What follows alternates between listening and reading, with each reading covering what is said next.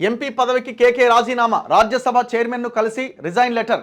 నైతిక విలువలకు కట్టుబడి రాజీనామా, కేకే ప్రభుత్వ సలహాదారుగా నియమిస్తున్నట్టు సీఎం రేవంత్ ప్రకటనట.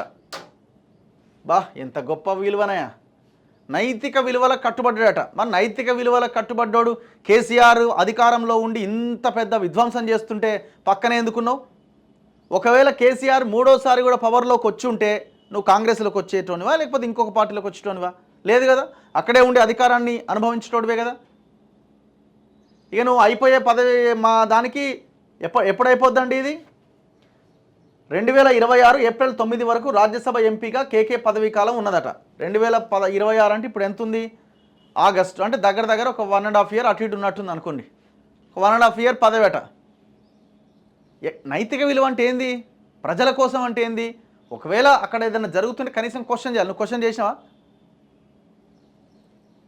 రాజ్యసభ ఎంపీ పదవికి కేశవరావు రాజీనామా చేశారు. ఆయన గురువారం ఢిల్లీలో ఉపరాష్ట్రపతి, రాజ్యసభ చైర్మన్ జగదీప్ ధన్ఖడ్ను కలిసి రిజైన్ లెటర్ అందజేశారు. అనంతరం కేకే మీడియాతో మాట్లాడారు. రాజ్యసభ ఎంపీగా తన పదవీ కాలం ఇంకా 2 ఏళ్లు మిగిలి ఉండగానే రాజీనామా చేశా. నేను బీఆర్ఎస్ పార్టీ నుంచి రాజ్యసభ సభ్యుడిగా ఎన్నికయ్యాను. ఇప్పుడు కాంగ్రెస్ పార్టీలో చేరడంతో నైతిక విలువలకు కట్టుబడి రాజీనామా చేశా. ఈ సందర్భంగా రాజీనామా లేఖను మీడియాకు విడుదల చేశారు. 2026 ఏప్రిల్ 9వ తేదీ వరకు రాజ్యసభ ఎంపీగా కేకే పదవీ కాలం ఉన్నది. బీఆర్ఎస్ సెక్రటరీ జనరల్గా పనిచేసిన కేకే బుధవారం కాంగ్రెస్లో చేరారు. గతంలో కాంగ్రెస్లోనే ఉన్న ఆయన పీసీసీ చీఫ్గా కూడా పనిచేశారు. ఆ పార్టీ అధికారంలో లేదని బీఆర్ఎస్లోకి పోయిండు. బీఆర్ఎస్ అధికారంలో లేదని మళ్ళీ కాంగ్రెస్లోకి వస్తుండు. సత్యదాకి ఇన్నే ఉంటా అంటుండు. ఇప్పుడు ఈయన ప్రభుత్వ సలహాదారుడు రేవంత్ రెడ్డి గారు నియమించారు. సలహాదారుడిని నియమించేటప్పుడు దయచేసి ఒక డైనమిక్ డెసిషన్స్ తీసుకునే వాళ్ళని సలహాదారులుగా పెట్టుకోండి. ప్రజల కోసం ఆలోచించే వాళ్ళని సలహాదారులుగా పెట్టుకోండి. ఈయనేం సలహా ఇస్తాడు? ఈడ రోడ్ నెంబర్ 12లో కబ్జా పెట్టిండు. ఏం సలహాలు ఇస్తారు వీళ్ళు?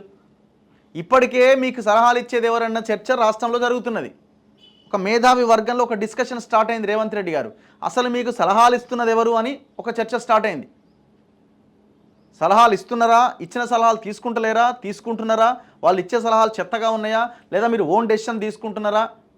మళ్ళీ ఇంకొక సలహాదారుడు వచ్చి చేరండి. ఇట్లాంటి ఆయన ఏం సలహాలు ఇస్తారో వీళ్ళు. వీళ్ళకు తెలంగాణ మీద కమిట్మెంట్ ఉందా? ప్రజల పట్ల కమిట్మెంట్ ఉందా? ఏమున్నది?